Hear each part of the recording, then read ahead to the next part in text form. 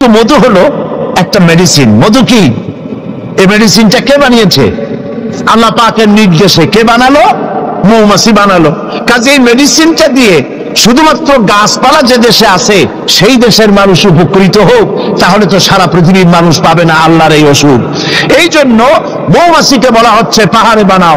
পাহাড় হয় মরুভূমির ভিতরে বেশি হয়, এই পাহাড়ের গায়ে গিয়ে চাক বানাও।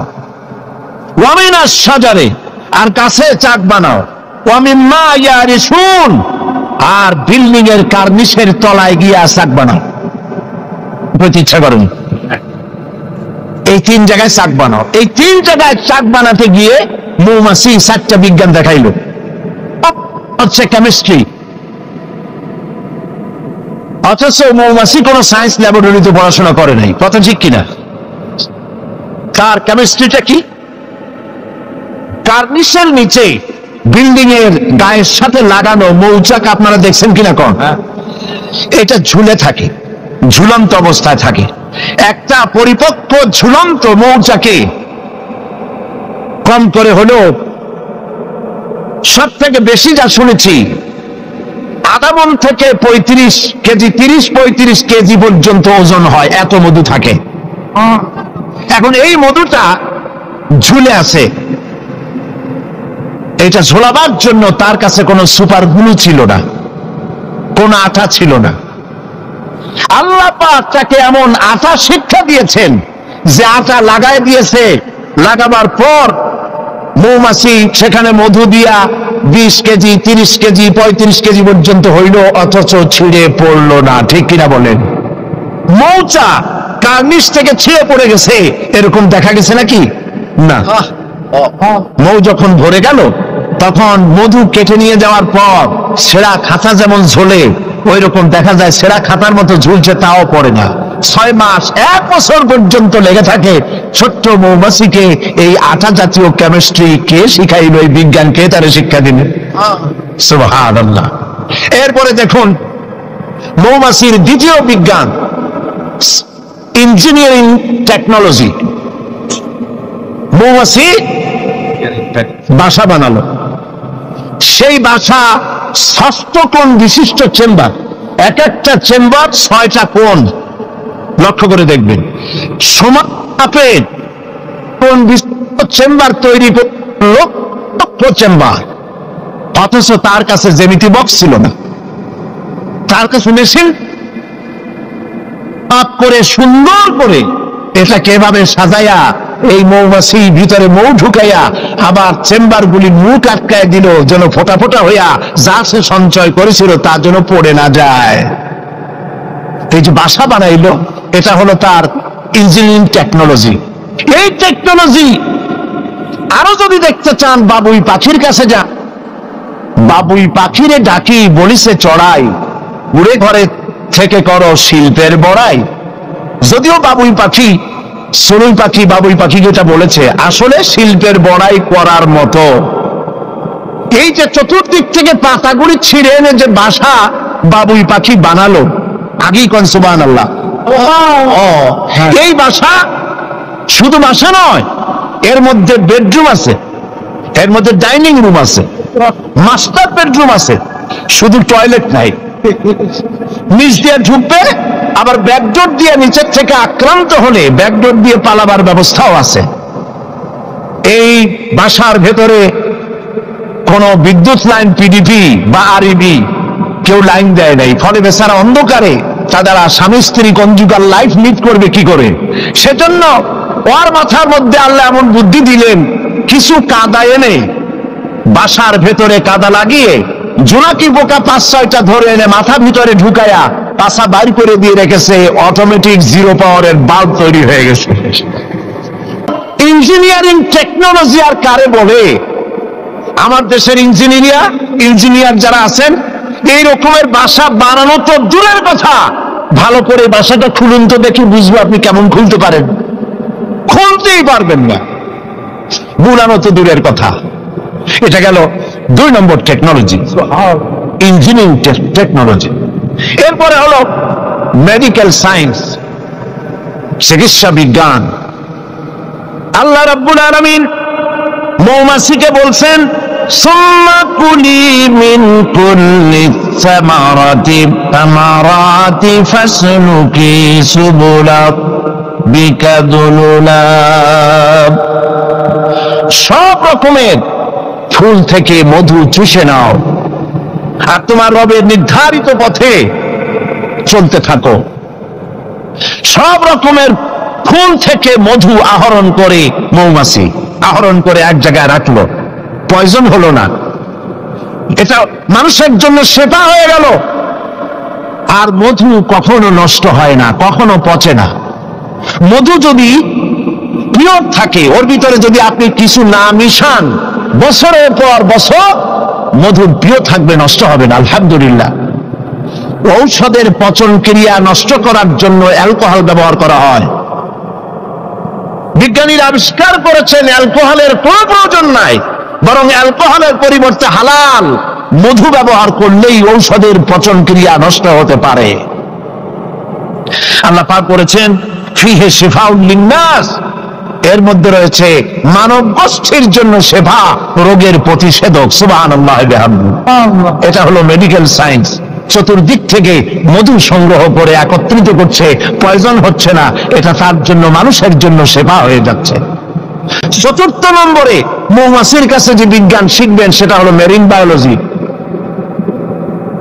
আল্লাহ পাক বলছেন ফুল থেকে মধু আহরণের জন্য তুমি চলে যাও, কিন্তু রাস্তা ভুলে যেও না, রাস্তা ভুলে যেও না। একটা মৌমাছি তার বাসা থেকে, এগুলো নিয়ে যারা রিসার্চ করেছেন, প্রাণীতত্ত্ববিদরা বলেছেন মৌমাছি ফুল থেকে মধু গ্রহণ করার জন্য নিজের বাসা থেকে 10 মাইল পর্যন্ত দূরে চলে যায়। আপনারা কোনোদিন দেখেছেন কোন মৌমাছি আপনার ঘরে এসে পথ খুঁজছে, বাবা বাসা হারাইছি, যাবো কোন পথে, তালাশ করছে কখনো? আল্লাহ পাক বলছেন তুমি যাবে ফুল থেকে মধু আহরণ করার জন্য, রাস্তা ভুলে যেও না। সুবহানাল্লাহ বিহামদিহি। সমুদ্রের ভিতরে নাবিকেরা যখন জাহাজ চালায়, ইনল্যান্ড রিভার লাইনে, আমাদের দেশীয় নদীগুলিতে স্টিমার যখন থাকে সামনে সার্চ লাইট থাকে, কিন্তু সমুদ্রে শিপগুলি এদের কোনো সার্চ লাইটের দরকার নাই। সার্চ লাইট জ্বালাই দেখবে কি? পানি আর পানি, কি দেখবে? সেই জন্য তাদের জন্য প্রয়োজন হচ্ছে একটা মানচিত্র আর একটা কম্পাস। কম্পাস, মানচিত্র, রাডার, এগুলিকে ফলো করে স্টিমার শিপগুলি মহাসমুদ্রের ভেতর দিয়ে চলে, পথ হারায় না। এবার আপনি বলেন মৌমাছি নিজের মৌচাক, এই চট্টগ্রাম কলেজের কার্নিসের নিচে তার বাসা, মধু আহরণ করার জন্য চলে গেল এখান থেকে 10 মাইল দূর, বদ্দারহাট নাকি হাটাদারি গেছে মধু আনতে। ওর কাছে কোনো কম্পাস ছিল? কোন মানচিত্র ছিল? কোন মানচিত্র, কোন কম্পাস নাই। চলে গিয়েছে মৌ আনতে, আর ঠিক সেখান থেকে মধু মুখে করে এনে আবার জায়গায় পৌঁছে গিয়েছে। সুবহানাল্লাহ বিহামদিহি। হে মানুষ, তুমি কোনটা দিয়ে আল্লাহর সাথে, তুমি কি দিয়ে নিজের বড়াই? কোন ক্ষেত্রেই মানুষের বড়াই নয়, সমস্ত শ্রেষ্ঠত্ব, বিরাটত্ব, মহানত্ব সবটাই আল্লাহ রাব্বুল আলামিনের জন্য। জোরে সরে বলেন আল্লাহু আকবার। মানুষের এসব অসহায়ত্ব সামনে রেখে আল্লাহ পাক আরো বলেন আফারাআইতুমুল মাআল্লাযী তাশরাবুন আনতুম আনজালতুমুহু মিনাল মুজনি আম নাহনুল মুনজিলুন। এই যে তোমরা পানি পান করো, এই পানি আকাশ থেকে নাজিল করে, তুমি করো না আমি করি? প্রশ্ন কিন্তু আমার না, প্রশ্ন কার? বলেন সবাই। এই যে পানি পান করো, এই পানি আকাশ থেকে কে নাজিল করে? তুমি করো না আমি করি? যে পানি আল্লাহ কোত্থেকে নিলেন? সমুদ্রের পানিগুলিকে বাষ্পীয় আকারে উত্থিত করে মেঘমালায় পরিণত করে সেই মোনা পানিগুলিকে, এর লবণাক্ততা দূর করে আল্লাহ নিজে যে না করলেন সেটা কি লোনা না মিষ্টি? আল্লাহ পাক বলেন লাউ নাশাউ জাআলনাহু উজাজান ফালাউলা তাশকুরুন।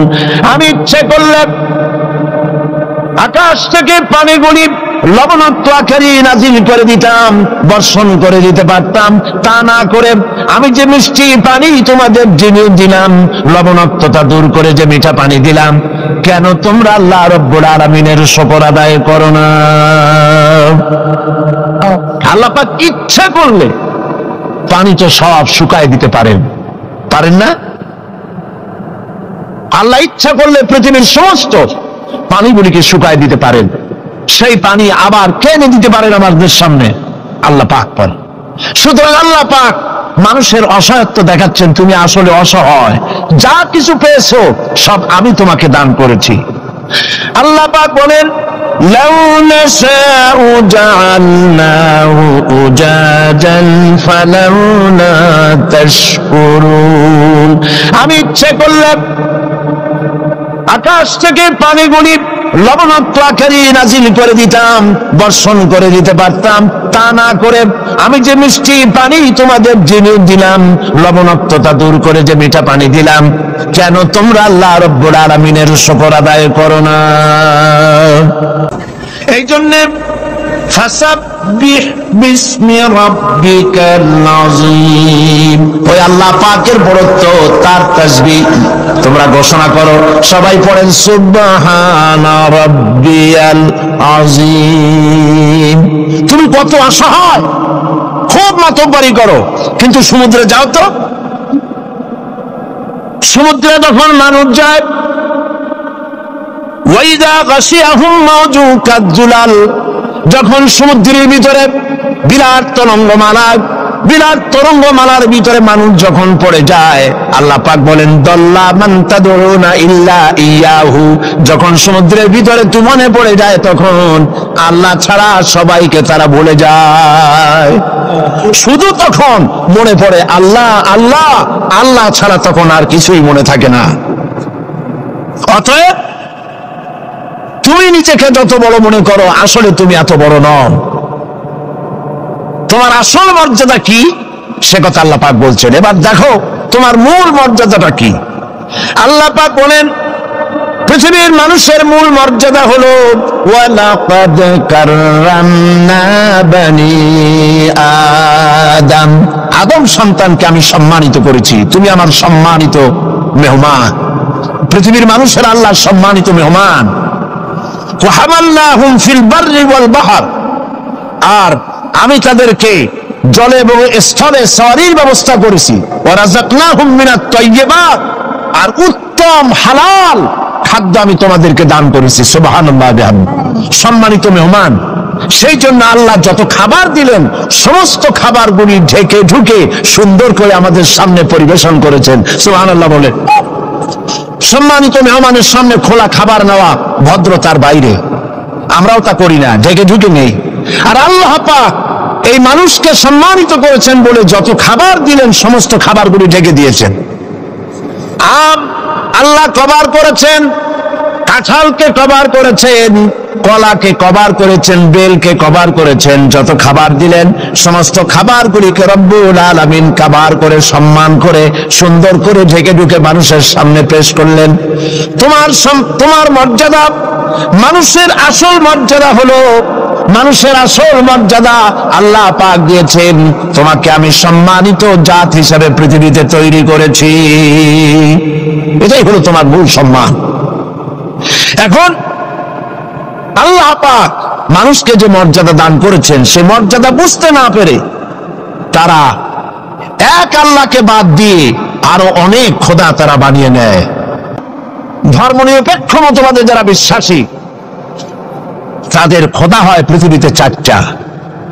তারা চার ইলাহে বিশ্বাস করে। সবাই বলে নাউজুবিল্লাহ। এই ধর্মনিরপেক্ষ মতবাদ কি এবং সংস্কৃতি মূল আমাদের কোনটি, এ বিষয়ে আমি আজকে কথা বলবো ইনশাআল্লাহ।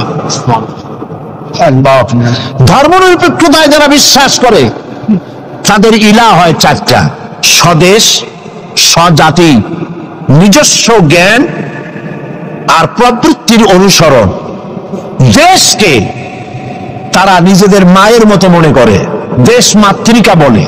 আমরা দেশকে মা বলি না, মাতৃভূমি বলি, জন্মভূমি বলি। কিন্তু একথা আমরা বলি না, ও মা তোমার তরে ঠেকাই মাথা।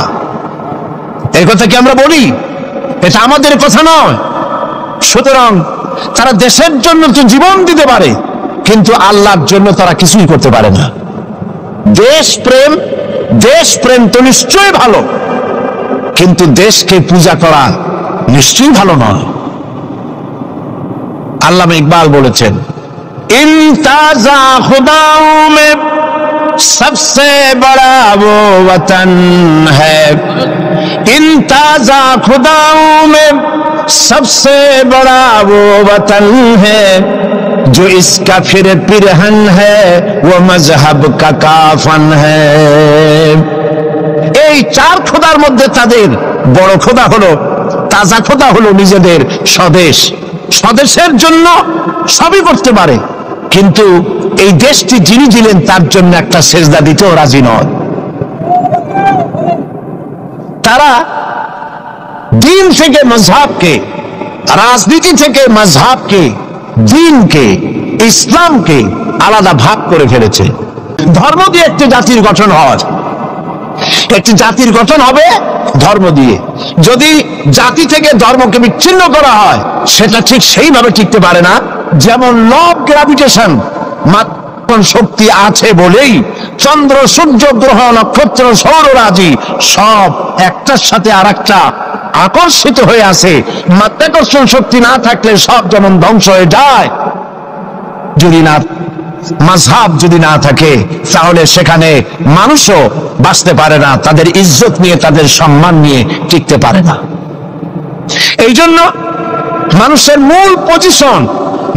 মূল পজিশন সম্পর্কে আল্লাহ পাক বলছেন, দেখো তোমার পজিশনটা কি। তোমার পজিশন হলো, প্রথম মানুষের ব্যাপারে আল্লাহ তার পজিশন বলে দিয়েছেন, ওয়া ইয ক্বালা রাব্বুকা লিল মালাইকাতি ইন্নী জাইলুন ফিল আরদি খলিফা। আমি খলিফা প্রেরণ করব, আমি প্রতিনিধি পাঠাবো। খলিফা বলতে আমাদের দেশে অনেক ক্ষেত্রে খলিফা মনে করে দর্জিকে, যারা জামা সেলাই করে। কোত্থেকে এই অর্থ আসলো আমি জানি না। তা আল্লাহ পাক কি দুনিয়ায় খলিফা দর্জি পাঠাবেন এই কথা কি বলেছেন নাকি? খলিফা হচ্ছে প্রতিনিধি, রিপ্রেজেন্টেটিভ। প্রতিনিধি তিনি প্রতিনিধিত্ব করবেন, মালিকানার দাবি করবেন না। পৃথিবীতে সমস্ত মানুষগুলিকে আল্লাহ পাক প্রতিনিধি হিসাবে পাঠিয়েছেন, কিন্তু প্রতিনিধি হয়ে যদি মালিকানার দাবি করে বসে এবং আইন নিজের ইচ্ছে মতো চালাতে চেষ্টা করে, তখনই আল্লাহ রাব্বুল আলামিন নারাজ হয়ে যান। আল্লাহ পাক বলেছেন, ইনিল হুকমু ইল্লা লিল্লাহ। আইন চলবে কার? আলা লাহুল খালকু ওয়াল আমর। সৃষ্টি যার, আইন চলবে সেই আল্লাহ রাব্বুল আলামিনের। আল্লাহর আইন চলবে পৃথিবীতে, কারো পিতার আইন চলবে না, কারো নিজের আইন চলবে না, কারো বানানো আইন চলবে না। আইন চলবে কার? বলেন, এই পৃথিবী কার? এই মানুষগুলি কার? আকাশ কার? জমিন কার? আইন চলবে কার? একমাত্র আল্লাহ পাকের আইন দিয়েই পৃথিবীতে শান্তি প্রতিষ্ঠা হতে পারে। আর সেই আল্লাহর আইনকে ইমপ্লিমেন্ট করার জন্য, ওইটাকে চালু করার জন্য আল্লাহ পাক মানুষকে খলিফা বানাইছে। তুমি আমার প্রতিনিধি, আমার আইনকে কার্যকরী করার জন্য পৃথিবীতে তোমাকে পাঠানো হলো। এই দায়িত্ব পালন করবে পৃথিবীর মানুষেরা, তারা আল্লাহ পাকের এই আইন চালু করবে। আর এই পৃথিবীতে আল্লাহর আইন দিয়ে মানুষ পরিচালিত হতে পারবে শান্তিপূর্ণভাবে। মানুষের তৈরি করা আইন দিয়ে শান্তি পাবে না, মানুষ ইনসাফ করতে পারবে না। কারণ হচ্ছে এই আল্লাহর আইন আর মানুষের আইনের মধ্যে পার্থক্য দেখুন। আপনি যদি কাউকে, এই চট্টগ্রাম শহরে কাউকে যদি আপনি 50,000 কমলা দিলেন, এই কথা বলে যেই কমলাগুলি চট্টগ্রাম শহরের 8 বছরের নিচে বাচ্চাদেরকে একটা একটা করে আপনি বিতরণ করবেন, এই কথা বলে যখন তাকে যাওয়া হলো, তিনি যখন এই কমলাগুলি বিতরণ করতে যাবেন, তখন দেখলেন যে এই ছেলেদের মধ্যে তার নিজের ছেলে আছে, তার ভাইয়ের ছেলে আছে। এইটা যখন দেখবেন, তখন অন্যের ছেলের চাইতে নিজের ছেলেকে, বোনের ছেলেকে 2-4টা বেশি দিতে ইচ্ছে করবে নাকি? করবে কিনা? সামান্য কমলা বিতরণ করতে গিয়ে যদি এই রকমের পক্ষপাতিত্ব, দলীয়করণ, আত্মীয়করণ ইত্যাদি করতে যদি ইচ্ছে করে, তাহলে এমন লোকদের হাতে আইন তৈরি করতে দিলে তারা তো সমস্ত মানুষের উপরে ইনসাফ কিছুদিন করতে পারবে না। সেই জন্য আল্লাহ রাব্বুল আলামিন আইন তৈরি করার দায়িত্ব নিজেই নিয়েছেন। আইন আল্লাহ পাকের, সে আইনের কিতাবের নামই হচ্ছে কোরআন। আমাদের দেশে বর্ষবরণ, পয়লা বৈশাখ, বর্ষবরণের ব্যাপারে, পয়লা বৈশাখের ব্যাপারে আমাদের কোনো আপত্তি নাই। পয়লা বৈশাখ মানুষ দোয়া করেন, কোরআন শরীফ পড়েন, দরুদ পড়েন, দোয়া করেন। আপনি বার্ষিক হিসাব কিতাব চালু করেন, ব্যবসার হিসাব কিতাব করেন, বছরের প্রথম দিন, বাংলা বর্ষের প্রথম দিন, কোনো অসুবিধা নাই। কিন্তু এই বর্ষবরণকে কেন্দ্র করে যে অপসংস্কৃতির চর্চা হচ্ছে, আমরা এটারই বিরোধিতা করি। কথা বুঝে আসছে কিনা? কিন্তু এক শ্রেণীর বুদ্ধিজীবী, তথাকথিত বুদ্ধিজীবী মানে পরজীবী, বুদ্ধিজীবী তো বোঝেন কারে কয়?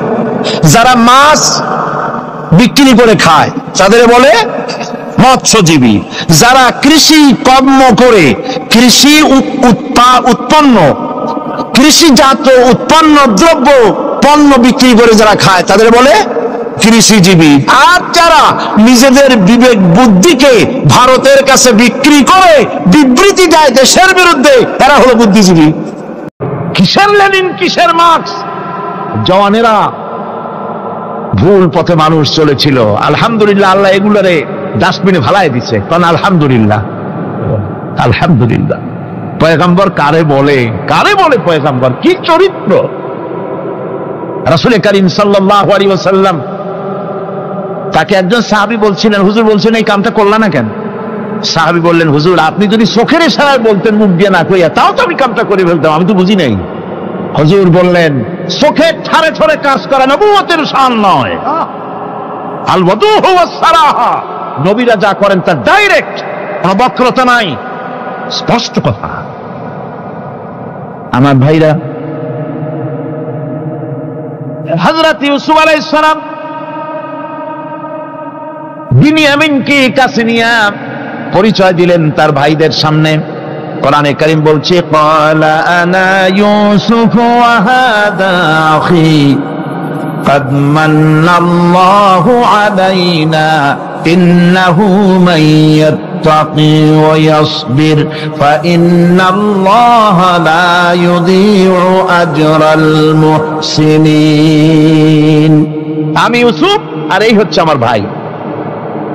আল্লাহ আমাদের উপর ইহসান করেছেন। প্রকৃতপক্ষে যারা আল্লাহকে ভয় করে এবং সবর এখতিয়ার করে, আল্লাহ এভাবে তাদেরকে, তাদের আমলকে নিষ্ফল হতে দেন না। আমার এই জামাটা নিয়ে যাও। হযরত ইয়াকুব আলাইহিস সালাম, কলিজার টুকরা সন্তান ইউসুফ আলাইহিস সালামের বিরহ যন্ত্রণায় ছেলেকে কতদিন দেখে না, কাঁদতে কাঁদতে চোখ দুটো অন্ধ হয়ে গেছে। মিশর থেকে কেনানের দিকে জামা রওনা হয়েছে। কোথায় মিশর, কোথায় কেনান?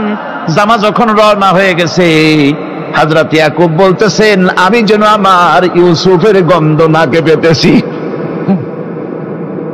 জামা চলে এলো, চোখের উপরে রাখলেন, আল্লাহ রাব্বুল আলামিন তাকে চক্ষুষ্মান বানায়া দিলেন। ভাইরা আমার, পয়গম্বরেরা সবর করে গোটা দুনিয়ার মানুষের সামনে দৃষ্টান্ত সেট করেছেন সবর কারে কন। আমার ভাইরা, হযরত ইব্রাহিম আলাইহিস সালামের কথা আল্লাহ পাক কোরআনে কারিমে বলছেন সবর কারে কয়। দেখো, শেখো সবর কারে কয়। আল্লাহ পাক বললেন, ইব্রাহিম তোমার বিবি আর তোমার নবজাতক এই সন্তানকে রেখে আসো মক্কা নগরীতে। তিনি চলে গেলেন। সেখানে ঘর নাই, বাড়ি নাই, কিচ্ছু নাই, চতুর্দিকে ধুধু বালু আর মরুভূমি। হযরতে হাজরা বলছেন, ইব্রাহিম সামান্য পানি আর খাবার দিয়া আমার সন্তান শুদ্ধ এখানে রেখে যেতেছো, আমি কি অপরাধ করেছি? কোনো জবাব নাই। দুইবার তিনবার বলার পরে হাজরা বলছেন, ইব্রাহিম গো, তবে কি আমার আল্লাহর হুকুম মতো আমারে রেখে যাচ্ছ নাকি? হযরত ইব্রাহিম আকাশের দিকে আঙ্গুল উঁচু করলেন। কথা বলবেন, বাক শক্তি বেরোচ্ছে না। 80 বছর বয়সের সময় একটা বাচ্চা আল্লাহ তারে দিছেন। আর এমন বাচ্চা, পয়গম্বরের ছেলে, কি সুন্দর চেহারা, মরুভূমির উপরে ফালাই দিয়ে রওনা হয়ে যাচ্ছেন। মুখ দিয়ে কথা সরছে না, আকাশের দিকে দেখালেন। হযরত হাজরা বুঝতে পারলেন।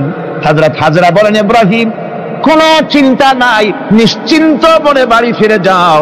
আমি আমার আল্লাহর উপরে এতটা ভরসা করি, আল্লাহর হুকুমে যদি আমার এখানে রেখে যেয়ে থাকো, ওই আল্লাহ পাক আমাকে আর আমার কলিজার টুকরা ইসমাইলকে পানিতে আর খাবারে মারবেন না, অবশ্যই তিনি ব্যবস্থা করবেন। ব্যবস্থা হয়ে গেল।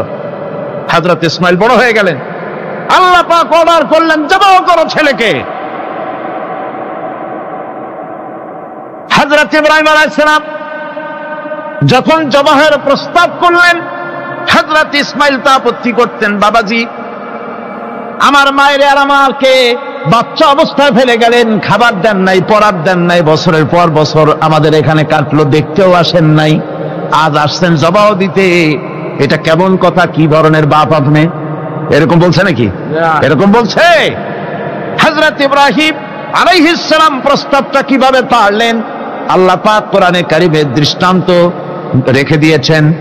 আল্লাহ পাক বলছেন, হযরত ইব্রাহিম ছেলেকে বললেন, ইয়া বুনাইয়া, হে আমার কলিজার টুকরা লাডলা, হে আমার কলিজার টুকরা সন্তান, ইন্নী আরা ফিল মানাম আন্নী আযবাহুক, আমি স্বপ্নে দেখছি আমি যেন তোমাকে জবাহ করতেছি। ফানজুর মাযা তারা, তোমার রায় কি বলো? আমি তো স্বপ্নে দেখছি যে আমি তোমার জবাহ করতেছি, এখন তোমার রায় কি, তোমার মত কি? হযরত ইসমাঈল আলাইহিস সালাম শুনিয়া দিলেন দৌড়, নাকি? না, হযরত ইসমাঈল আলাইহিস সালাম ধৈর্যের প্রতীক। তিনি কি কথা বললেন? তার মুখের কথা কোরআন শরীফে আল্লাহ পাক উঠায় দিলেন। হযরত ইসমাঈল বললেন, ইয়া আবাতি ফাআল মা তু'মারু সাতাজিদুনি ইনশাআল্লাহু মিনাস সাবিরিন, হে আমার পিতা, আপনি যে ব্যাপারে আদিষ্ট হয়েছেন আপনি তা পালন করুন, অবশ্যই আমাকে ধৈর্যধারীদের মধ্যে পাওয়া যাবেন। সুবহানাল্লাহ। এক বর্ণনায় এসেছে, হযরত ইসমাঈল বললেন, আব্বাজান, আমি ধৈর্যধারীদের ভিতরে আমারে পাবেন, তবে জবাহ করার আগে আমার হাত পাটা একটু বেঁধে নেন, কারণ জবাহের যন্ত্রণায় আপনার গায়ে যদি আমার হাত পা লেগে যায় তো বেয়াদবি হয়ে যেতে পারে। আর আমি মরে আমার জবাহ হয়ে যাওয়ার পর আমার রক্ত মাখা জামাটা নিয়া আমার মা হাজেরারে দিবেন, কারণ তাকে মা বলবার মতো আর তো কেউ নাই। হযরত ইব্রাহিম তাকে বাঁধবার জন্য প্রস্তুতি নিলেন। হযরত ইসমাঈল বলছেন, আব্বাজান, বাঁধবেন না, বাঁধার প্রয়োজন নাই। বলে, কেন? একবার বাঁধতে বললে আবার তুমি নিষেধ করছো কেন? ছেলে বলছেন, আব্বাজান, বাঁধবো না এই জন্যে, হয়তো কিয়ামতেই প্রশ্ন উঠতে পারে যে আল্লাহর হুকুমে রাজি ছিল না বলে হাত পা বাঁধা জবাহ করছে। আমি এই সুযোগ দিব না, আপনি জবাহ করেন, আমি এতটুকু নড়াচড়া করব না। ধৈর্যের চরম প্রতীক হযরতে ইসমাঈল আলাইহিস সালাম দেখাই দিয়েছেন ধৈর্য কারে কয়। আমার বন্ধুগণ, এই পৃথিবীর সবচাইতে ধৈর্যের বড় প্রতীক হতেছেন ইমামুল মুরসালিন, আশরাফুল আম্বিয়া, সাইয়্যিদুল মুরসালিন, জনাবে মুহাম্মাদুর রাসূলুল্লাহ সাল্লাল্লাহু আলাইহি ওয়াসাল্লাম। আমার বন্ধুগণ, সবচাইতে বড় ধৈর্যের প্রতীক তিনি। কাউকে একটা গালি দেন নাই জীবনে, কাউকে ঠাট্টা করেন নাই, কাউকে মারেন নাই, কারো মনে দুঃখ দেন নাই। তিনি দুঃখ পেয়েছেন, তিনি কাউকে দুঃখ দেন নাই। তিনি কষ্ট পেয়েছেন, কাউকে কষ্ট দেন নাই। আমার ভাইয়েরা, তায়েফের ময়দান, আমার নিজের চোখে তায়েফে যেদিন আমি তায়েফ দেখলাম, আমি তায়েফে ঢুকেছি, জীবনে কোনোদিন যাই নাই। রমজান মোবারকে আমি সেখানে গেলাম। আমাকে বসার জন্য তারা নিয়ে যাবে। আমি বললাম আগে বসবো না, আমারে আগে নিয়ে যাও, আমার নবীকে কোন জায়গায় ওরা মেরেছিল সে জায়গাটা দেখাও। তাইফের সেই গলিতে যখন আমি গিয়েছি, দুই দিকে পাহাড় দাঁড়ানো, তাইফের লোক আমার সাথে ছিল, তারা বলল এই জায়গাটা প্রথম যেখানে চতুর্দিক থেকে নবীজিকে পাথর মারছিল আর আল্লাহর নবী বেহুশ হয়ে পড়ে গিয়েছিলেন। 3টা দিন না খাওয়া, হযরতে খাদিজা নাই, আবু তালিব নাই, মক্কায় জায়গা নাই পা রাখার। নবীজি 3টা দিন ঘুরলেন। নেতারা বলল তুমি যদি নবী হবে তো এতিম হলে কেন? আল্লাহ নবী বানাবার জন্য কি একটা ধনী মানুষ পায় না? তোমার মতো এতিম আর গরিবের নবী বানাইলো কেন? আল্লাহ নবী 3 দিন পর যখন দেখলেন কেউ দাওয়াত শোনে না, কেউ মানে না, কেউ গ্রহণ করে না, তখন তিনি নেতাদের অনুরোধ করলেন ঠিক আছে দাওয়াত তো কবুল করলে না, তবে একটা কাজ করো, অন্তত আমি যে তায়েফে আসছিলাম এই খবরটা মক্কায় দিও না, ওরা আরো অত্যাচার বাড়ায় দেবে। এই কাফিরগুলি খবর তো মক্কায় পাঠালো আর সমস্ত যুবকদেরকে লেলিয়ে দিল। যুবকেরা চতুর্দিকে দাঁড়াইছে, রাসূলকে পাথর মারা শুরু করে দিল। আমি যখন রেল লাইনের থেকে হাঁটি, যখন রেল লাইন কোনো সময় দেখি, রেলের পাথরগুলি, রেল লাইনের পাথরগুলি দেখলেই আমার মাথায় যেন কেন তাইফের কথা মনে এসে যায়। আরে মানুষের গায়ে পাথর মারলে কি অবস্থার সৃষ্টি হয়? পাথর নূরের শরীর, রহমতের শরীর, কিটি কিটি রক্ত ঝরছে। নবীজিকে জোর করে উঠাইয়া জবরদস্তি করে হাঁটার জন্য তারা ধাক্কা মারতেছে। আবার কিছু দূরে গিয়ে নবীজি আবার বেহুশ হয়ে পড়েছেন। এইখান থেকে আবার উঠাইছে, আবার ধাক্কা মারতেছে। 3 নম্বরের আর একটা জায়গা আছে যেখানে ভাঙ্গা একটা মসজিদ। তাইফের লোকেরা আমাকে বলল এই জায়গাটা হলো শেষ জায়গা যেখানে রাসূল করিম 3য়বারের মতো বেহুশ হয়েছিলেন, এখানেই হুজুরের রক্ত ঝরেছে বেশি। 2 রাকাত নামাজ পড়লাম, সিজদায় পড়ে এমন কান্না কাঁদলাম আল্লাহর কাছে। নবীজি যখন হুঁশ এসেছে, হযরতে জিবরাইল বলেন ইয়া রাসূলুল্লাহ, আপনার এই কষ্ট দেখে ফেরেশতারা কাঁদতেছে, আপনি অনুমতি দিয়ে দেন এই 2 পাহাড়কে মিলাইয়া সমস্ত তায়েফবাসী কাফেরগুলি মাটির সাথে মিশাইয়া দেই।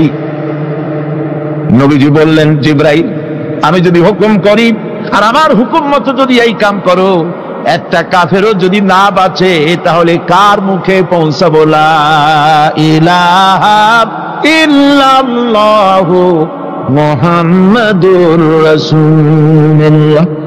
আমার ভাইরা, হুজুর সাল্লাল্লাহু আলাইহি ওয়াসাল্লাম উঠে বসলেন।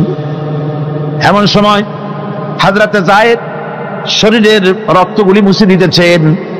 হুজুর সাল্লাল্লাহু আলাইহি ওয়াসাল্লাম বসে 2খানা হাত উত্তোলন করলেন। নবীজির চোখ থেকে পানি গড়ায় পড়তেছে। আরে কেউ নাই, আল্লাহ ছাড়া কেউ নাই সাহায্য করার। নবীজি হাত তুলে মোনাজাত করতেছেন, চোখ দিয়া পানি পড়ে দাড়ি ভিজে পড়তেছে, গায়ে দিয়া রক্ত ঝরতেছে। নবীজি কি দোয়াটা করলেন? বদদোয়া করলেন না, গজব দিতে বললেন না। নবীজি দোয়া করলেন রব্বুল আলামিন, এই তায়েফের লোকেরা আজকে আমার সাথে যে ব্যবহারটা করেছে, ওরা বোঝে নাই যে আমি তোমার নবী, ওরা বোঝে নাই যে আমি তোমার রাসূল, না বুঝে আমার উপরে যে অত্যাচারটা করলো, আল্লাহ তুমি এই জন্য রাগ করে এই তায়েফে তুমি গজব দিও না। আল্লাহ পাক পরবর্তী সময় হুজুরকে স্মরণ করাই দিলেন, ওয়া মা আরসালনাকা ইল্লা রাহমাতাল লিল আলামিন। ও নবী, আপনি হচ্ছেন আমার সমস্ত সৃষ্টি জগতের জন্য, আপনি আমার রহমত, আমার গোটা বিশ্বের জন্য আপনার, আমার সৃষ্টি জগতের জন্য আপনি আমার করুণা। একটা লোক রাসূলের এই কষ্ট দেখে বাগান থেকে 1 গ্লাস আঙ্গুরের শরবত এনে হাজির করেছে। এত কষ্টের পর 3 দিনের না খাওয়া আঙ্গুরের একটা শরবত পাইয়া হুজুর খুব খুশি হলেন। শরবত গ্লাস পান করে হুজুর বলছেন, তোমার নাম না আত্তাস? তিনি বলছেন, হ্যাঁ হুজুর আমার নাম আত্তাস। তোমার বাড়ি না ইউনূস আলাইহিস সালামের গ্রামে? বলে হ্যাঁ আমার বাড়ি সেই গ্রামে। তা আপনি কি করে জানলেন আমার নাম আত্তাস আর আমার বাড়ি ইউনূস আলাইহিস সালামের জায়গা? আপনি জানলেন কি করে?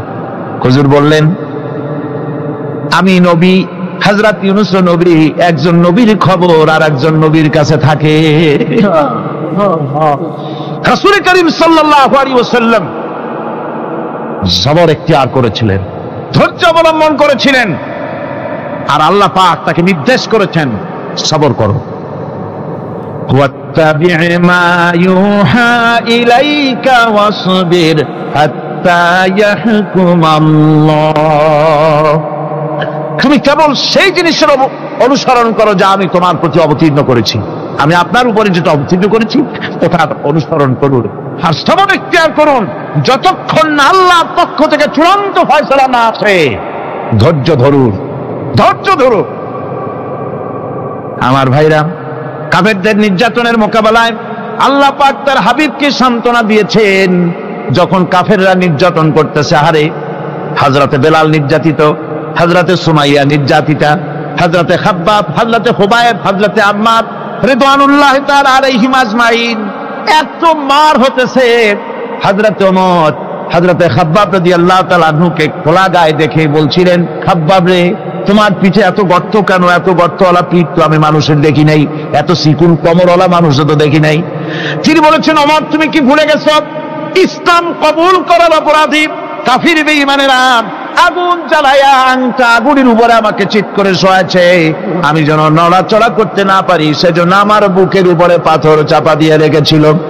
গায়ের চর্বি আর রক্ত গলে গলে পড়ে আগুন নিবেছে, আর আগুন গোশত পুড়ে যে পিঠের মধ্যে প্রবেশ করেছিল আজও পর্যন্ত পিঠের সেই গর্ত সেরে যায় নাই। এভাবে অত্যাচার হচ্ছিল সাহাবীদের উপর। আল্লাহ রাব্বুল আলামিন তার হাবিবকে সান্ত্বনা দিলেন, ওয়াসবির ওয়া মা সাবরুকা ইল্লা বিল্লাহি ওয়া লা তাহজান আলাইহিম ওয়া লা তাকু ফি গায়তিন মিম্মা ইয়ামকুরুন। হে রাসূল, সবরের সাথে কাজ করতে থাকুন।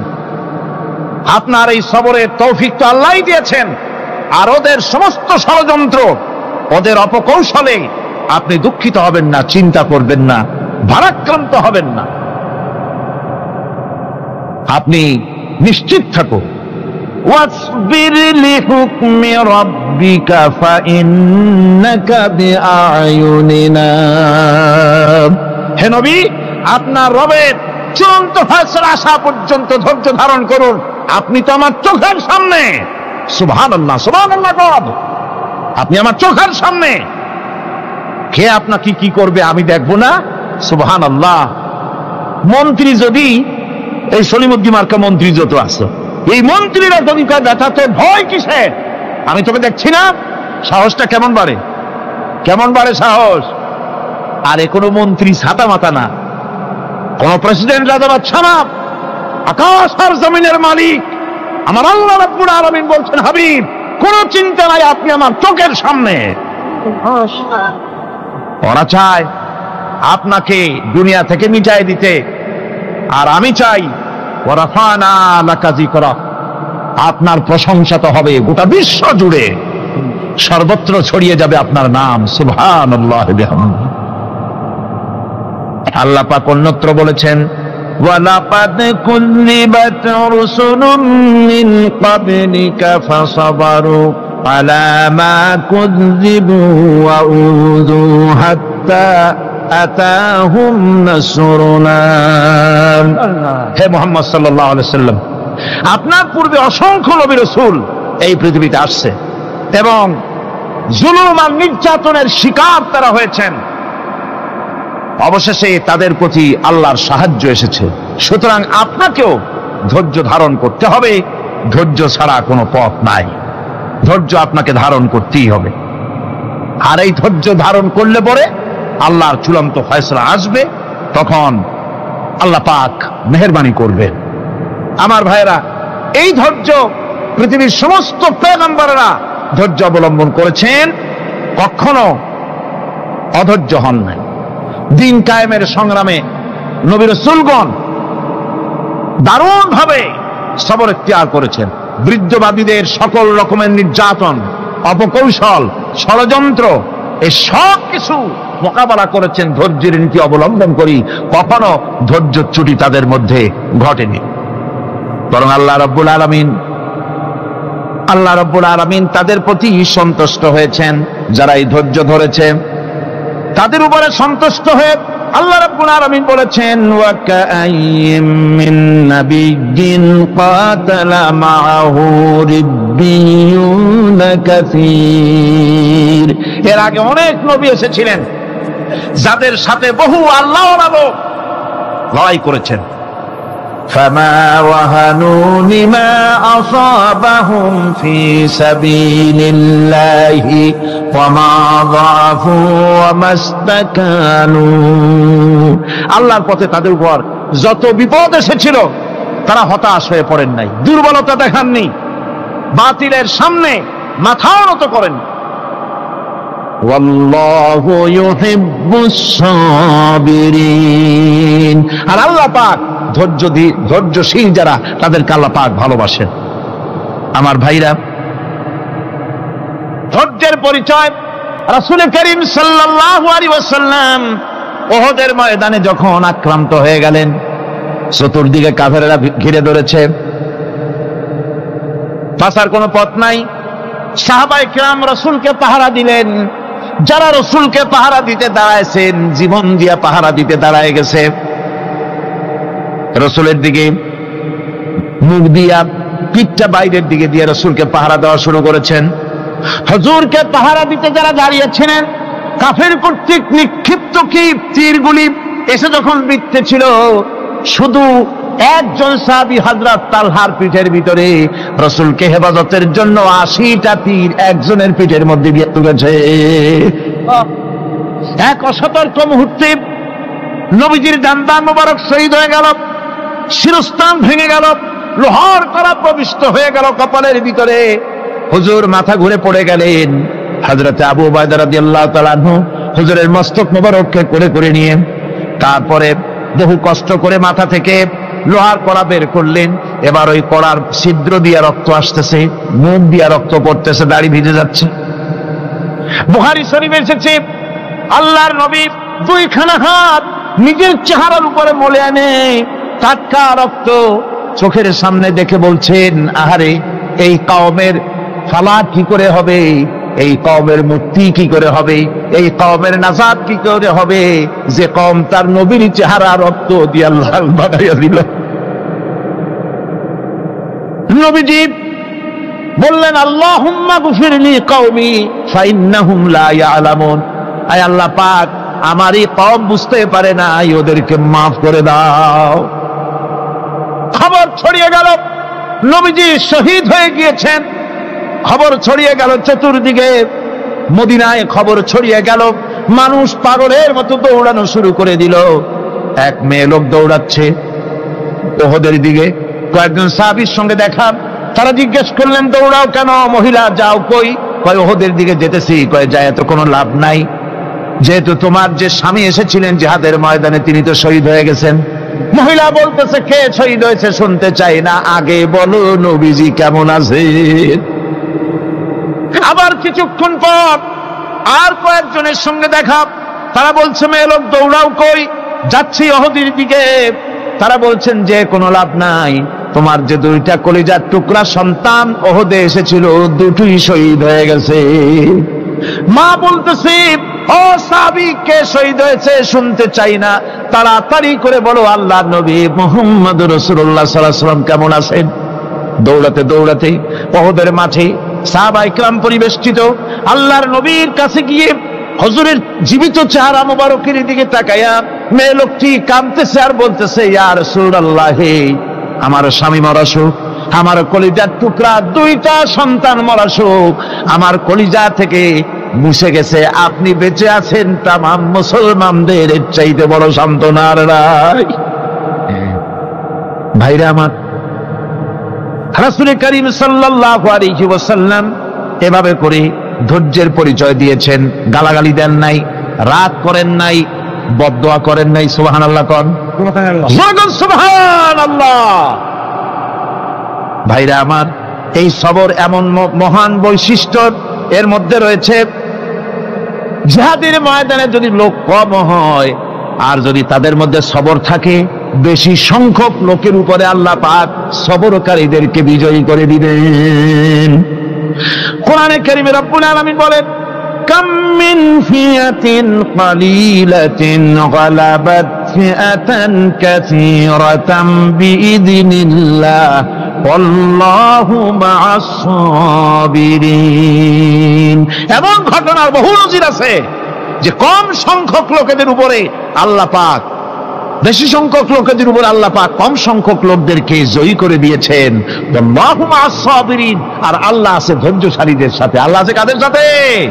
দেখেন না বদরের কামটা, বদরের ময়দান, 313 জন মুসলমান, অস্ত্রপাতি নাই, সামান্য সামান্য অস্ত্র, আর কাফেরেরা এসছে হাজারেরও বেশি। আমার বন্ধুগণ, ধৈর্য কত বড় কাম দিল! ধৈর্য ধারণ করেছেন তারা, আল্লাহর উপরে ভরসা করেছেন। আল্লাহ রাব্বুল আলামিন অস্ত্রের কাজ কি দিয়া করায় দিলেন। একজন সাহাবী এসে বলছেন, হুজুর, জিহাদের ময়দান, ইসলামের প্রথম জিহাদ, আমার কাছে তো অস্ত্র নাই, মেহেরবানি করে একটা অস্ত্র আমারে দেন, আমি লাফায় পড়ি জিহাদের মধ্যে। হুজুর বলেন, অস্ত্র তো আমার কাছে নাই, দিবটা কি? সাহাবী বলছেন, হুজুর, অস্ত্র না থাকে যা পারেন তাই দেন, আপনার হাত দিয়ে যা দিবেন আমি দাঁড়ায় থাকতে পারবো না, জিহাদে আমাকে শরীক হতেই হবে। নবীজি কাছে পেলেন একখানা শুকনা খেজুরের ডালখানা তুলে সাহাবীর হাতে তুলে দিলেন। সাহাবী বলেন, রাসূলের হাতের দেওয়া শুকনা খেজুরের ডালটা নিয়ে আমি যখন কাফেরদের ভিড়ের মধ্যে ঝাঁপায় পড়ে যখন শুকনা খেজুরের ডাল দিয়ে আঘাত দিলাম, তখন ধারালো তরবারে দিয়ে আঘাত করলে যে কাম হয়, শুকনা খেজুরের ডালের আঘাতে কাফের দ্বিখণ্ডিত হয়ে জমিনে পড়ে গেল। ভাইরা আমার, আল্লাহ রাব্বুল আলামিন সবর যারা করে, সংখ্যা যদি কম হয়, আল্লাহ পাক তাদেরকে বিজয়ী করে দেবেন, এই ওয়াদা আল্লাহ রাব্বুল আলামিন করেছেন। এই সবরের গুণ ছাড়া জান্নাতেও প্রবেশ করা যাবে না। সবর যদি না থাকে বেহেশতে যাওয়া যাবে না। ভালো করে মনে রাখেন, আল্লাহ পাক বলছেন, আম্মা হাসিবতুম আন তাদখুলুল জান্নাতা ওয়া লাম্মা ইয়া'লামিল্লাহুল্লাযীনা জাহাদু মিনকুম ওয়া ইয়া'লামাস সাবিরিন। তোমরা কি মনে করেছো এমনি বেহেশতে চলে যাবা? এটা কি মামু বাড়ির আবদার নাকি? এমনি বেহেশতে চলে যাবা? অথচ আল্লাহ রাব্বুল আলামিন এখনো দেখেন নেননি যে তোমাদের মধ্যে কারা জিহাদ করতে প্রস্তুত, কারা তোমাদের মধ্যে জিহাদ করে জান দেওয়ার জন্য প্রস্তুত, আর কারা ধৈর্যধারী, এটা তো আল্লাহ এখনো দেখে নেন নাই। সুতরাং হক এবং বাতিলের সংগ্রামে লিপ্ত হতে হবে। আল্লাহ দেখতে চান কারা জীবন দিতে চায়। সুতরাং ইসলামী আন্দোলনে যারা শরীক হবে, তাদের বিপদ এবং মুসিবত দিয়ে আল্লাহ রাব্বুল আলামিন তাদের সাহসিকতা এবং ধৈর্যের পরীক্ষা নিবেন। কোরআনে কারীম বলছে, ওয়ালানাবলুয়ান্নাকুম হাত্তা না'লামাল মুজাহিদিনা মিনকুম ওয়াস-সাবিরিনা ওয়া নাবলুয়া আখবারাকুম। অবশ্যই আমি তোমাদেরকে পরীক্ষার সম্মুখীন করব, আর তোমাদের মধ্যে সত্যিকার মুজাহিদ, দৃঢ়তা অবলম্বনকারী কারা, আমি তা দেখব। এটা যেন আমি দেখে নিতে পারি, সেই জন্য আমি বিপদ এবং মুসিবতের মধ্যে তোমাদের ফেলবো। ধৈর্যধারীদের উপরে আমার রহমত অবশ্যই থাকবে। খবর এমন এক সম্পদ যা ধারণ করলে পরে আল্লাহ রাব্বুল আলামিন রাষ্ট্রীয় ক্ষমতা দান করে দেন। কোন সুবহানাল্লাহ, জোরে কোন সুবহানাল্লাহ। ধৈর্য ধারণ করলে আল্লাহ রাষ্ট্রের মতো বিরাট নিয়ামত আল্লাহ হাতে তুলে দিবেন। তার প্রমাণ কোরআন শরীফে আল্লাহ বলছেন, বনি ইসরাইলরা মিশর থেকে যখন বহিষ্কার হয়ে গেল, তাদের যখন পা রাখার কোনো জায়গা থাকলো না, বনি ইসরাইলরা মিশর থেকে যখন বহিষ্কার হয়ে গেল, এরপরে আল্লাহ পাক তারা যখন ধৈর্য অবলম্বন করলো, আল্লাহ পাক তাদের ব্যাপারে বলছেন, ওয়া আওরাসনাল কওমাল্লাযীনা কানু ইউসতাদআফুনা মাশারিকাল আরদি ওয়া মাগারিবা আল্লাতী বারাকনা ফিহা। আর তাদের স্থলে আমি নির্যাতিত লোকদেরকে প্রতিষ্ঠিত করলাম, পশ্চিম এবং উত্তরের তাদেরকে আমি পশ্চিম এবং পশ্চিম এবং পূর্বের উত্তরাধিকারী তাদেরকে বানায় দিলাম, বিরাট এলাকা তাদের হাতে আমি তুলে দিলাম। ওয়াতাম্মাত কালিমাতু রাব্বিকাল হুসনা আলা বানি ইসরাঈলা বিমা সাবারু। আর এভাবে করে আল্লাহ পাক তার কথাকে পূর্ণ করলেন বনি ইসরাইলদের উপরে সবর এখতিয়ার করার জন্য, ধৈর্য ধরার কারণে আল্লাহ পাক রাষ্ট্রের মালিক তাদের বানাই দিলেন। যেরকম সুবহানাল্লাহ। সবর যদি করা হয় তো যুদ্ধ যদি বাদে, যদি জাহাজ শুরু হয়ে যায়, আল্লাহ পাক বলেছেন ফেরেশতা দিয়ে সাহায্য করবে। যদি সবর থাকে তোমাদের, সবর থাকলে আল্লাহ কি দিয়ে সাহায্য করবেন? ফেরেশতা। কোরআনে কারীম বলছি বালা ইন তাসবিরু ওয়া তাত্তাকু ওয়া ইয়াতুকুম মিন ফাওরিহিম হাদা ইউমদিদুকুম রাব্বুকুম বিখামসাতি আলাফিন মিনাল মালাইকাতি মুসাউমিন। হ্যাঁ, তোমরা যদি ধৈর্য অবলম্বন করো আর আল্লাহকে ভয় করে চলো, তাহলে এক্ষুনি আল্লাহ রাব্বুল আলামিন তোমাদের জন্য কাতারে কাতারে শৃঙ্খলাবদ্ধ ৫,০০০ ফেরেশতা দিয়ে তোমাদেরকে সাহায্য করবেন। সুবহানাল্লাহ।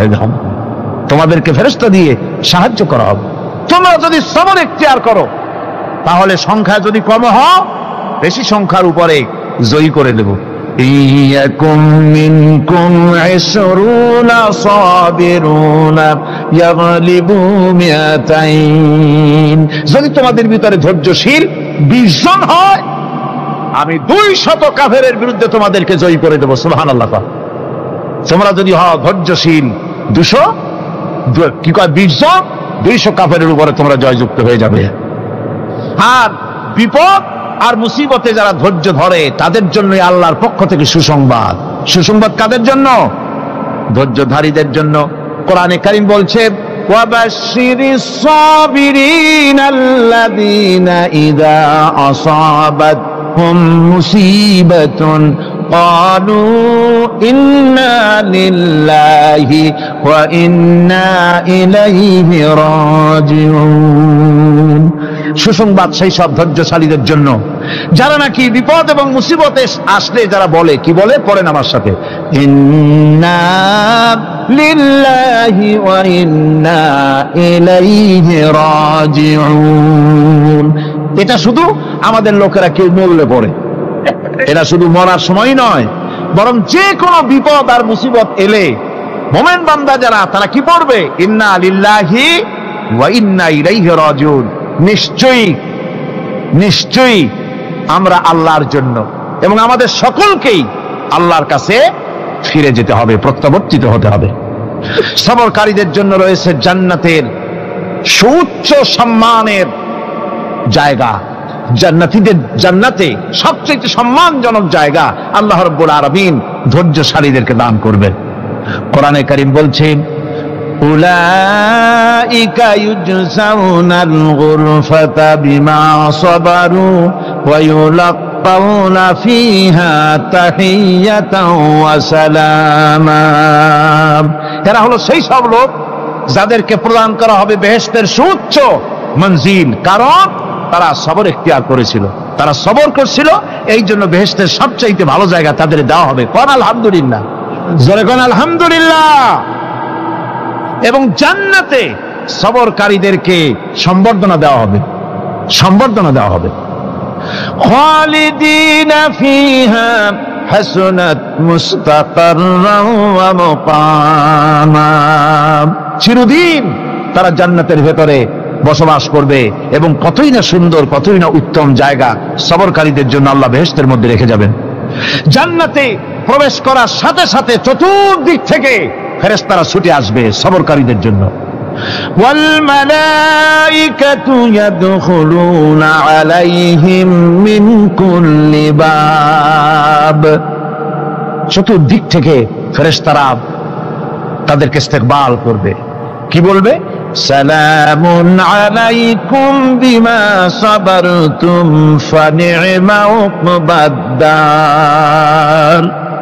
তোমাদের প্রতি শান্তি বর্ষিত হোক, কারণ তোমরা পৃথিবীতে সবর অবলম্বন করেছিল।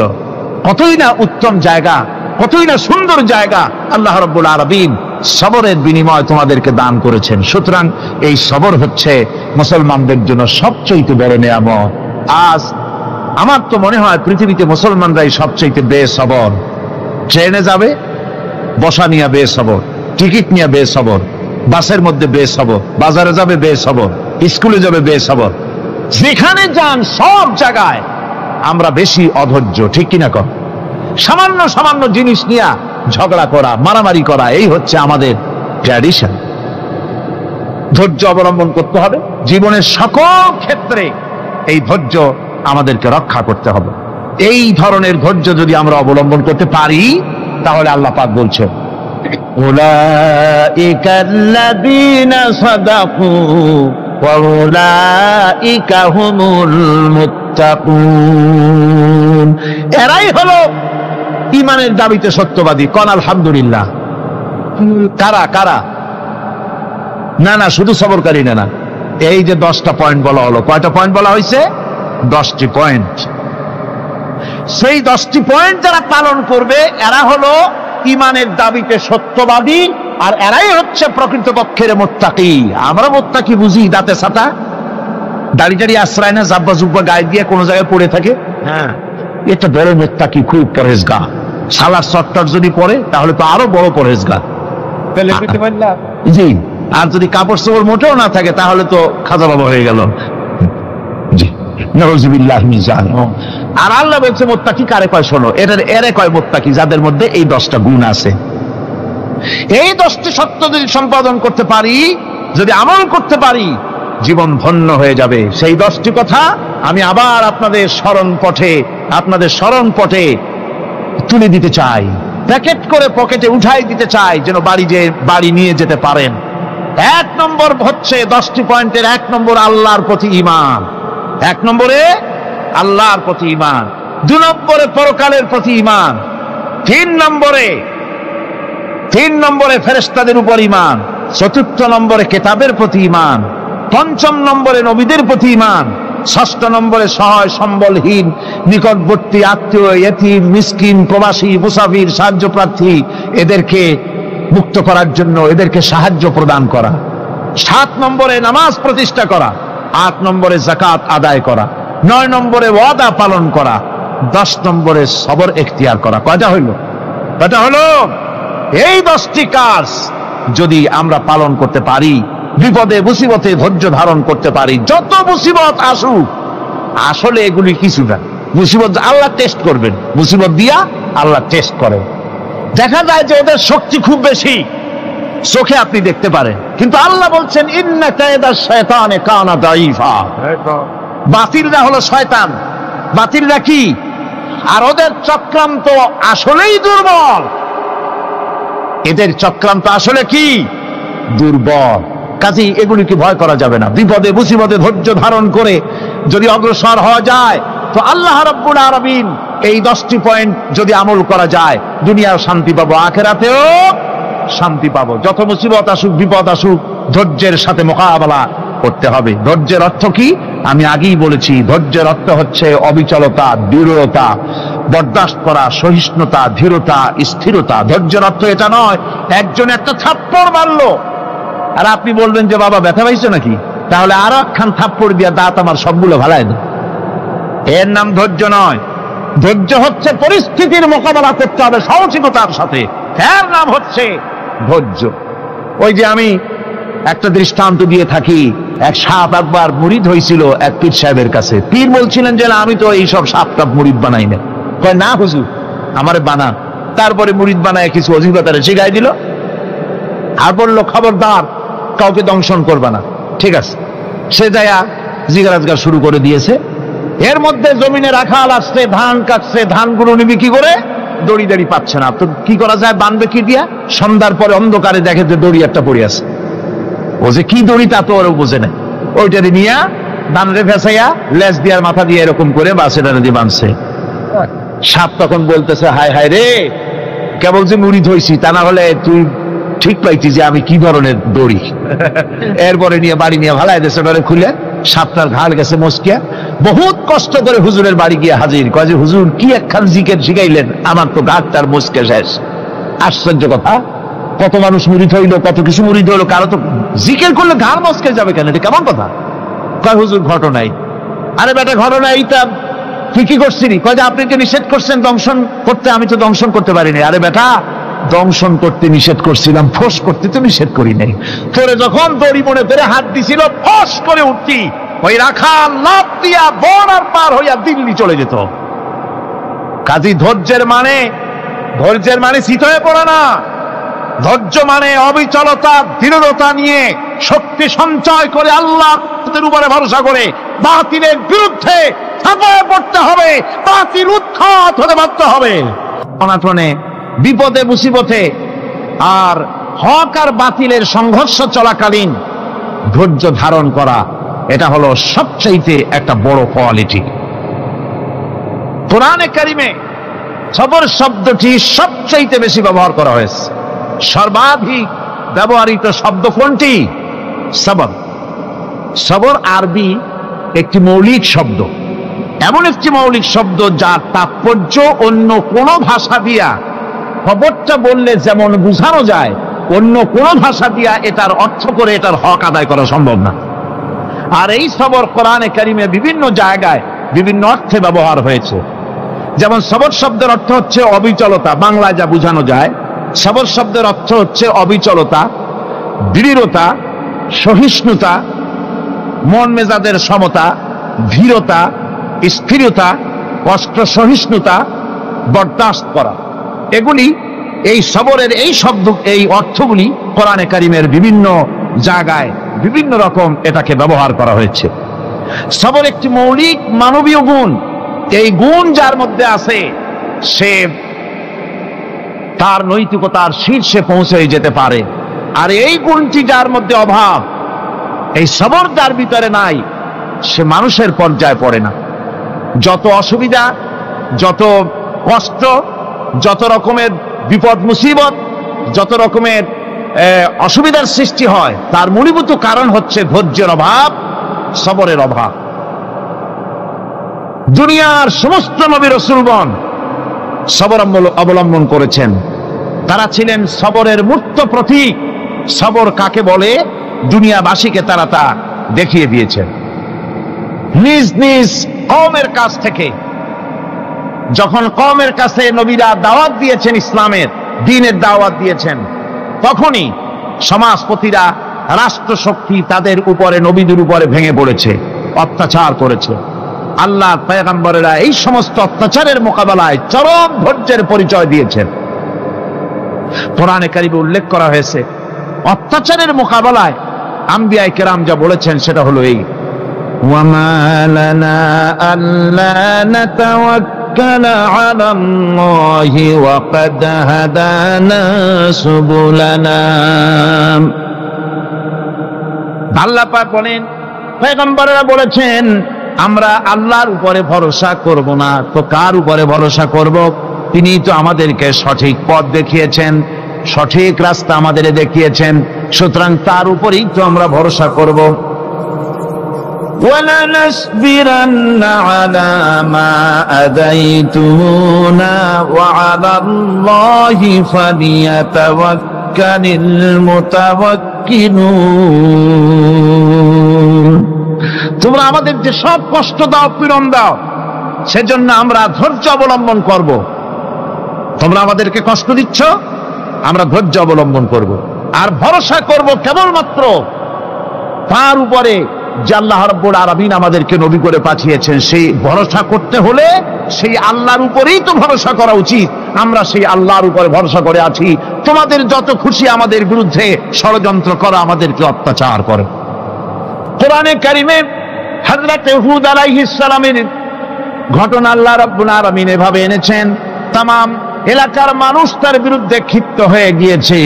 সমাজের লোক, রাষ্ট্রশক্তি হযরত হুদ আলাইহিস সালামের উপর অত্যাচারের পাহাড় ভেঙে দিয়েছে।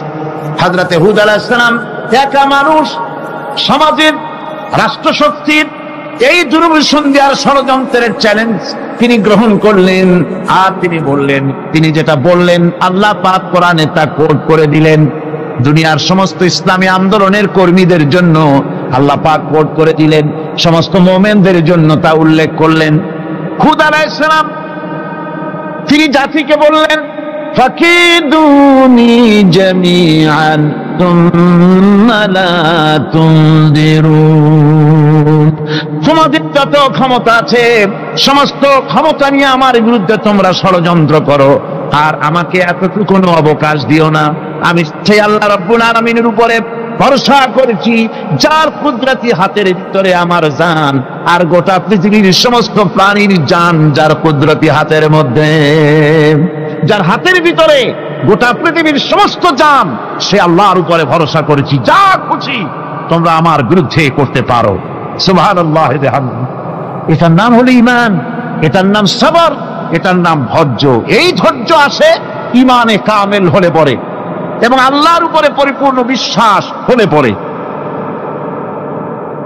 যদি কারো দিনের মধ্যে কথা বিশ্বাস থাকে যে আমার জন্য আল্লাহর পক্ষ থেকে যদি কোনো বুলেট নির্ধারণ করা থাকে, গোটা বিশ্ব যদি আমাকে পাহারা লাগায়, ওই বুলেট থেকে আমাকে বাঁচাইতে পারবে না। আর আমার জন্য যদি একটা বুলেট আল্লাহ কর্তৃক নির্ধারিত থাকে, তাহলে গোটা পৃথিবীর মানুষ চেষ্টা করেও সেই বুলেট থেকে আমাকে রক্ষা করতে পারবে না। এটার নাম হচ্ছে ঈমান। এই ঈমান যখন মানুষের মধ্যে সৃষ্টি হয়ে যায়, তখন সে বিপ্লবী শক্তিতে পরিণত হয়ে যায়। তার কাছে ভয় বলে কোনো জিনিস থাকে না, যেহেতু সে তো ভরসা করেছে এমন শক্তির কাছে যার চাইতে প্রচন্ড ক্ষমতা আকাশেও কারো নাই, জমিনেও। তিনি কে? জোরে চিল্লায় বলেন, তিনি কে? আমার বন্ধুগণ, রাসূল করিম সাল্লাল্লাহু আলাইহি ওয়াসাল্লাম হিজরতের রাতে সূর পাহাড়ের গাড়ে সওরের কাছে যখন চলে গেছেন, হজরে রক্ত হয়ে হয়ে আসতেছে। হযরতে আবু বকর রাদিয়াল্লাহু তাআলা আনহু বলছেন, হে আল্লাহর রাসূল, এখন আর অগ্রসর হওয়া ঠিক হবে না, বেলা উঠে গেলে ধরা পড়ে যাব। এখানে গুহা আছে, ভিতরে প্রবেশ করি। হযরতে আবু বকর রাসূলের সম্মতি পেয়ে হযরতে আবু বকর রাদিয়াল্লাহু তাআলা আনহু বলছেন, ইয়া রাসূলুল্লাহ, পাহাড়িয়া গুহা, সাপ বিচ্ছু থাকতে পারে, আমাকে অনুমতি দেন, আমি আগে ভিতরে ঢুকে সাফ করে আপনাকে ডাকি। ভিতরটা সাফ করে তিনি ডাকলেন। রাসূল করিম ভিতরে ঢুকে বলছেন, আবু বকর, পাহাড় বেয়ে বেয়ে বড্ড কষ্ট হয়েছে, একটু বসো, তোমার উরুর উপরে মাথা রেখে আমি একটু ঘুমাইয়া যাই। আল্লাহর নবী আরাম ফরমাচ্ছিলেন। সকালবেলায় কাফির বেঈমানেরা যখন আস্তে আস্তে করে গুহা মুখে পৌঁছে গেছি, পায়ের চিহ্ন এখানে শেষ, তাদের নিশ্চিত ধারণা এর ভিতরে নবীজি আছেন। বলছে, বেরিয়ে আসো। একজন বলে নাই, আর একজন বলে আছে। এভাবে তাদের মধ্যে দ্বিমত হয়ে গেল। হযরতে আবু বকর বলছেন, ইয়া রাসূলুল্লাহ, আমরা তো ধরা পড়ে গেছি, আমাদের তো আর উপায় নাই। এ গুহাটা এতই অগভীর, শুয়ে যদি হাঁটু উঁচু করা যায় উপর থেকে দেখা যায়, বসলে পরে মাথা দেখা যায়, ধরা তো পড়ে গেছি, উপায় নাই। আল্লাহর নবী তখন তার হাবিব, তার বন্ধুকে কি বললেন? বিশ্ববাসীর জন্য আল্লাহ পাক কোরআনে তা উঠায় দিলেন। নবীজি তার বন্ধুকে ডেকে বললেন, লা তাহজান ইন্নাল্লাহা মা'ানা। ও আমার সাথী, কোনো চিন্তা করো না, ভয় পেও না, শঙ্কিত হয়েও না।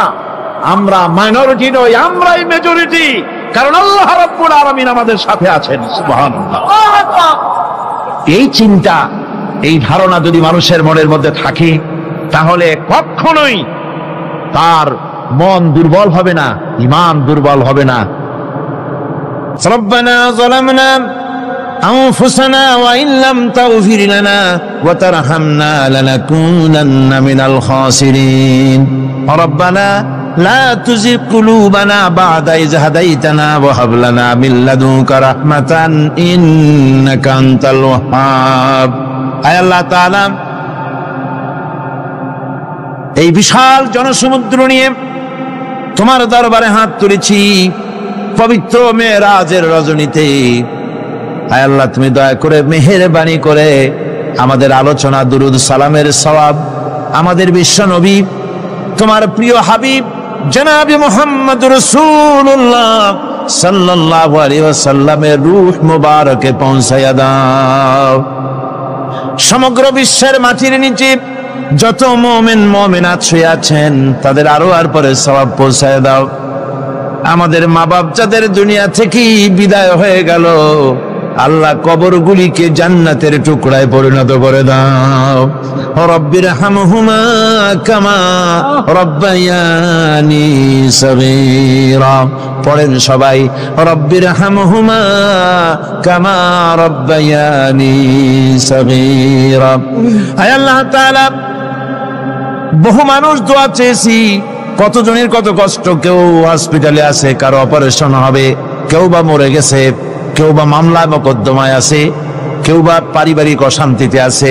আল্লাহ, যিনি যেই নিয়তে দোয়া চেয়েছে মেহেরবানি করে সেই নেক নিয়ত তোমার দরবারে কবুল করে নাও। বিপদগ্রস্ত লোকগুলির বিপদ থেকে বাঁচাইয়া দাও। আয় আল্লাহ রাব্বুল আলামিন, এই মাহফিলে লক্ষ লক্ষ জনতা সমুদ্রের ঢেউর মতো চতুর্দিক থেকে আসতে থাকে। তুমি আর তোমার কোরআন আর তোমার রাসূল ছাড়া কোনো স্বার্থ কারো মনে নাই। কাউরে রিক্সা ভাড়া দেওয়া হয় না, ট্রাক ভাড়া, বাস ভাড়া কাউকে দেওয়া হয় না, এক লোকমা খানাও এখানে পায় না, তাবাররুক বা সিন্নি বিতরণও হয় না। আয় আল্লাহ, নিঃস্বার্থ ভাবে এই লোকগুলি যাতায়াত করে। আল্লাহ, তোমার কোরআনের বরকতে সকলকে তুমি গুনাহ মুক্ত করে দাও। আয় আল্লাহ তাআলা, যাতায়াতটা আসান করে দিও, যাতায়াতের পথে কারো যেন কোনো বিপদ না হয়ে যায়। আয় আল্লাহ তাআলা, বাড়ি ঘর ফালায় আসে, বাড়ি ঘর তোমার ফেরেশতা দিয়া তুমি হেফাজত করো। রব্বুল আলামিন, মা বোনেরাও কষ্ট করে আসে, আল্লাহ তুমি দয়া করে এ মাহফিলে যারা শরীক হয়, এ মাহফিলে কোরআনের মাহফিলে শরীক হওয়ার কারণে তোমার কাছে একটা দাবি করি। দাবিটা হলো, মেহেরবানি করে সব মানুষকে তোমার কাবা ঘর দেখাও। যারা উপস্থিত হয়েছে সকলকে তোমার হাবিবের রওজায় গিয়া সালাম দেওয়ার তৌফিক দাও। রব্বানা তাকাব্বাল মিন্না ইন্নাকা আনতাস সামিউল আলিম ওয়া তুব আলাইনা ইন্নাকা আনতাত তাওয়াবুর রহিম।